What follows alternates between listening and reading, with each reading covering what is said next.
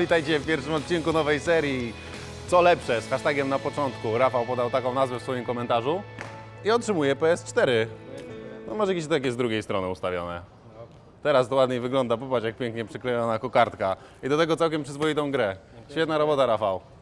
Czy to był dobry pomysł, żeby zorganizować konkurs w komentarzach pod filmem na YouTubie? Jeden z moich najgorszych, szczerze mówiąc. Mam zamiar to ulepszyć, ale o tym będzie później. Zaczynamy pierwszy odcinek, a w pierwszym odcinku porównuję smartfony, co byłoby okrutnie nudne, gdyby nie fakt, że porównam iPhone'a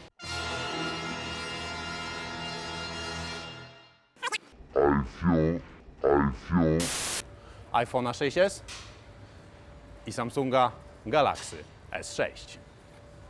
Zacznę od ustalenia czegoś prostego. Który z nich lepiej leży w dłoni? iPhone, moim zdaniem, dlatego że jest bardziej dostosowany do ręki. Ten leży pewniej, ale bardziej mi się podoba jak leży iPhone i dlatego, że jestem kobietą, nie jestem wam w stanie logicznie tego wytłumaczyć. Ale iPhone. Powiedziałabym, że jednak Samsung. This looks like a little bit like the blade of a knife or something like this. Nie, to bez sensu. Przecież oni najpierw patrzą na markę telefonu, a potem poddają się utartym schematom myślowym. Jeżeli opinia ma być obiektywna, test musi być ślepy. Jest w dotyku taki dosyć śliski. Ma takie ostre krawędzie, gorzej się trzyma jednak w ręku trochę, używa się go gorzej. Można by piwo otworzyć nim. Nie chciałbym go. Nie. Na pewno, jestem przekonany. No ten jest też, mi się wydaje, w dotyku taki wygodniejszy. Ale jak dla mnie to jest trochę za duży. No tak. Wydaje mi się, że ten lepiej leży w dłoni. O wiele fajnie się właśnie układa w dłoni. I teraz nie wiem, który bym wybrał, ale chyba prawy. Jest taki milutki właśnie w dotyku. Wybrałbym ten telefon. Ale tym już telefonem piwa się nie otworzy. I bardzo dobrze, bo telefony różnią się od otwieraczy do piwa. Na przykład ekranami. To czy się porysują, czy nie, zależy od materiału, z którego są zrobione i powłoki, którą zostały pokryte. Ale nie oszukujmy się, wszystko i tak jest kwestią czasu.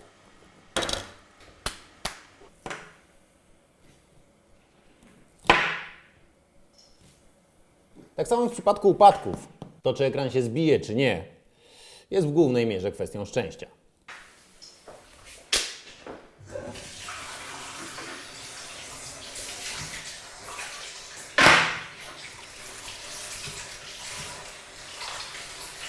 Więc daruję sobie crash testy. Nie tylko dlatego, że mam po jednej sztuce każdego z tych telefonów, ale też dlatego,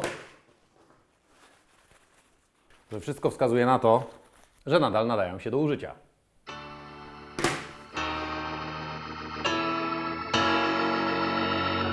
Słońce w dniu testu było dla obu smartfonów szczególnie łaskawe.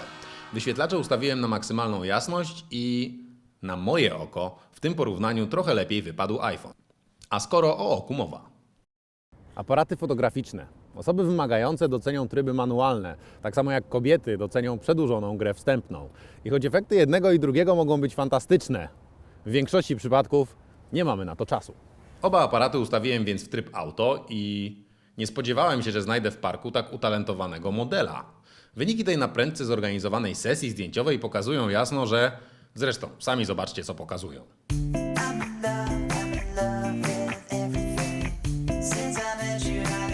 Dobra, czas na jakiś widok.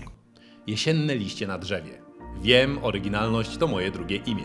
Ale dzięki temu, że widzieliście miliony zdjęć jesiennych liści na drzewie, będzie Wam łatwiej ocenić, który z tych aparatów robi zdjęcia liści lepiej. Nie trudno też zauważyć, że w maksymalnej rozdzielczości Galaxy S6 robi zdjęcia w formacie 16:9, a iPhone 6s w 4:3. Co lepsze? Zaraz się nad tym zastanowię. But first, let me take a selfie. Z błyskiem w oku. Szczególnie na zdjęciu z iPhone'a, który przy selfie wykorzystuje ekran, żeby doświetlić fotę. Samsung z kolei wygładza twarz i robi szersze zdjęcia. Na moim zmieścił się nawet kawałek Maćka. Jeszcze tylko selfie od dołu, czyli sprawdzian aparatu w warunkach nieco trudniejszych pod kątem oświetlenia i... mogę przejść do problemu, który dotyka użytkowników obu testowanych dziś przeze mnie smartfonów.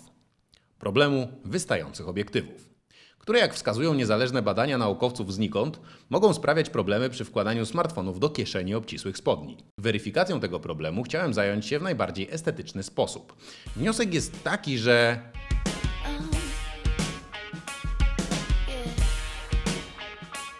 kobiety mają zaskakująco płytkie kieszenie w spodniach. A faceci? Facetom nawet w obcisłych spodniach żaden wystający obiektyw nie przeszkadza. Wróćmy zatem do testów bardziej twórczych. Obraz mówi więcej niż 1000 słów, a ruchomy obraz to już w ogóle. Może dlatego tak chętnie nagrywamy filmy. Ale trzęsące się wideo jest jak dwóch facetów na tandemie. Nie każdy ma ochotę to oglądać.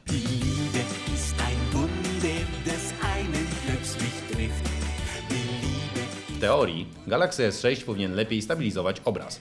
Wyposażony jest przecież w optyczną stabilizację, której brakuje w iPhone 6s.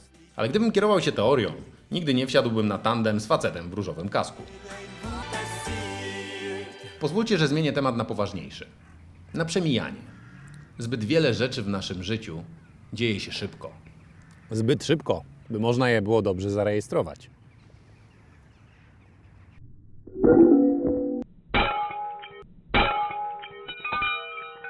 Na szczęście powstało slow motion. iPhone potrafi nagrać 240 klatek na sekundę. Samsung 2 razy mniej. Pamiętaj jednak, że im więcej klatek zapisujesz, tym więcej potrzebujesz światła. I tym częściej musisz się pogodzić z utratą jakości. Inne użyteczne funkcje? Proszę bardzo. iPhone ma 3D Touch, a Samsung Edge. Oba rozwiązania mają swoje zalety i w żaden sposób nie da się ich do siebie porównać. Porównać za to możemy dźwięk, a konkretnie wbudowane głośniki. Czy są wystarczająco mocne, by zdenerwować współpasażerów w komunikacji miejskiej? Nie. Nie są nawet w stanie zwrócić ich uwagi. Wnioski? Oba telefony grają zawstydzająco cicho. Czuję się z tym źle. Tak źle, że mam ochotę wyjść. I wychodzę. Co jeszcze jest złe? Ostatnie 5% baterii i pytanie, które chyba każdy choć raz sobie zadał.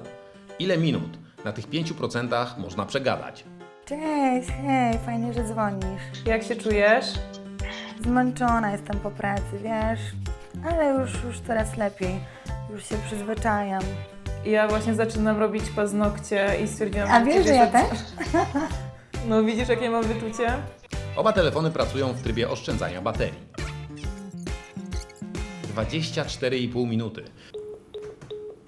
Tyle można przegadać na ostatnich 5% baterii iPhone'a. Samsung w tym czasie stracił tylko 2% baterii.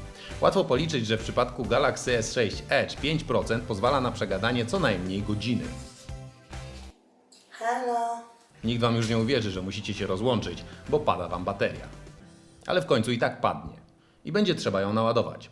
Załóżmy, że macie na to tylko 5 minut.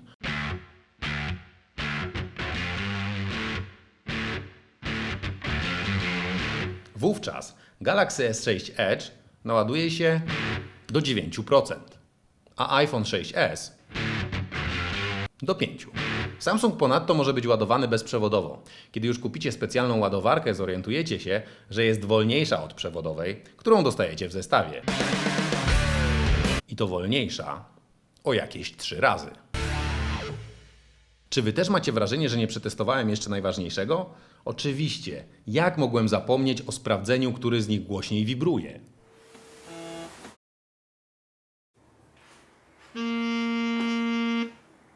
Samsung głośniej wibruje.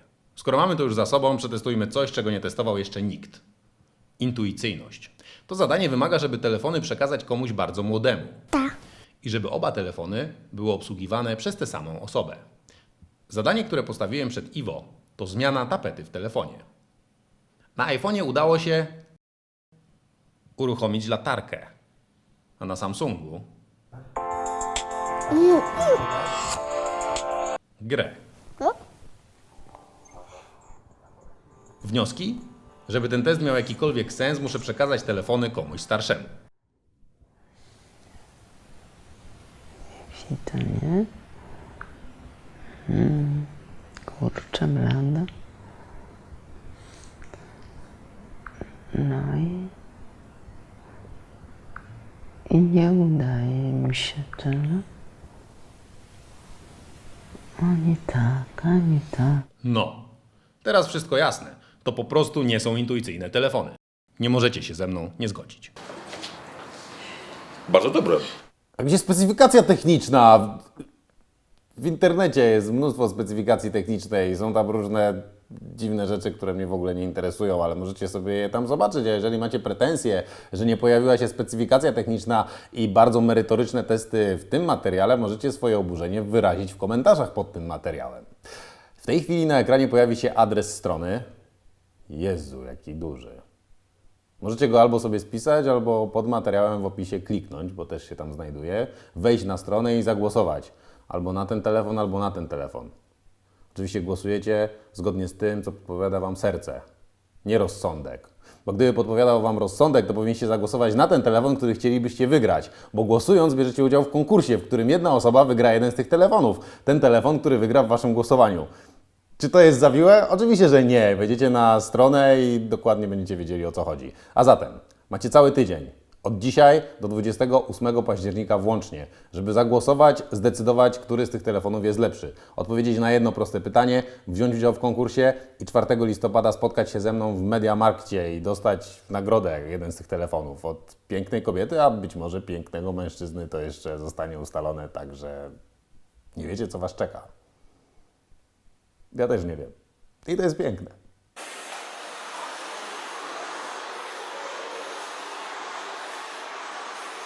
I want to break free.